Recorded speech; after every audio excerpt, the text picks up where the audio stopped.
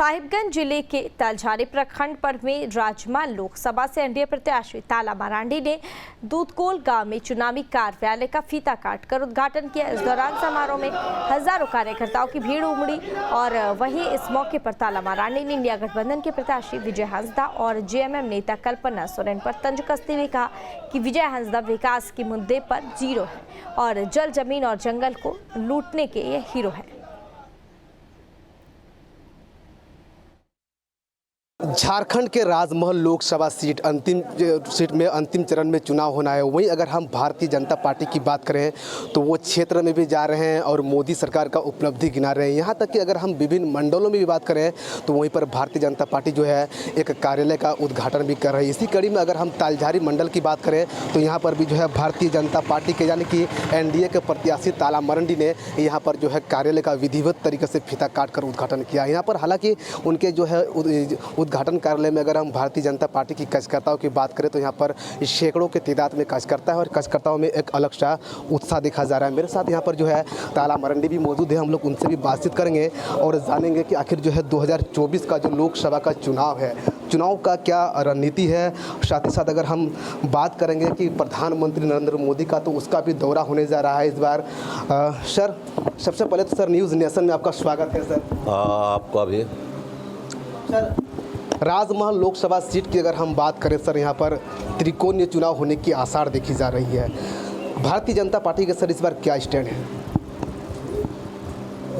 जहाँ तक सभी लोग समझ रहे हैं, बुझ भी रहे हैं, इस बार का चुनाव 2024 का जो चुनाव है, ऐसा चुनाव है, ऐसा रिजल्ट आने वाला है। बहुतों के मन में होता होगा कि यहाँ सब दिन झारखंड मुक्ति मोर्चा के लोग ही राज करते आए हैं। इस बार भी झारखंड मुक्ति मोर्चा के जो ये है प्रत्याशी है उनकी जीत होगी। लेकिन आप गांव घर जाएंगे, लोगों से मिलेंगे जुलेंगे तो आपको पता चलेगा कि विजय हांसदा जी कहीं नहीं है। अगर उनके पीछे भीड़ थोड़ी बहुत भी दिखाई दे रही है तो पैसे के बल पर वो भीड़ दिखती है और वो भीड़ तब तक है जब तक कि उस पैसे का असर है। अगर आप विकास की बात करें, जन कल्याणकारी योजनाओं की बात करें, आदमी के जीवन से सरोकार रखने वाली बात करें तो सिर्फ और सिर्फ मोदी जी ही नज़र आएंगे। भारतीय जनता पार्टी कमल फूल छाप ही नज़र आएगी। तो ऐसे में आप अंदाज़ा लगा सकते हैं कि यहाँ का रिजल्ट क्या होने वाला है। लोगों ने बिल्कुल ही विजय हांसदा जी को नकार दिया है और चूँकि वो निर्दलीय कैंडिडेट के रूप में जो झारखंड मुक्ति मोर्चा के विधायक थे, जिनको 6 साल के लिए निष्कासित किया गया लोबिन हेम्ब्रम जी को, तो चूँकि वो मुखर होकर के इस क्षेत्र के लिए कुछ बोलते रहे हैं, भले ही नहीं किए हों लेकिन बोलते हैं, इसीलिए हमें लगता है कि ज़्यादा वेटेज विजय जी से लोबिन जी को मिलने वाला है। लेकिन इसका ये मतलब नहीं है कि भारतीय जनता पार्टी यहाँ उसको शिकस्त मिलने वाली है। यहाँ पहली बार ऐसा होगा कि लोग को 4 तारीख को ये समझ में आएगी कि भारतीय जनता पार्टी भी इस क्षेत्र से इतने वोटों से जीत सकती है। हम लोग भारी मतों से जीतने वाले हैं।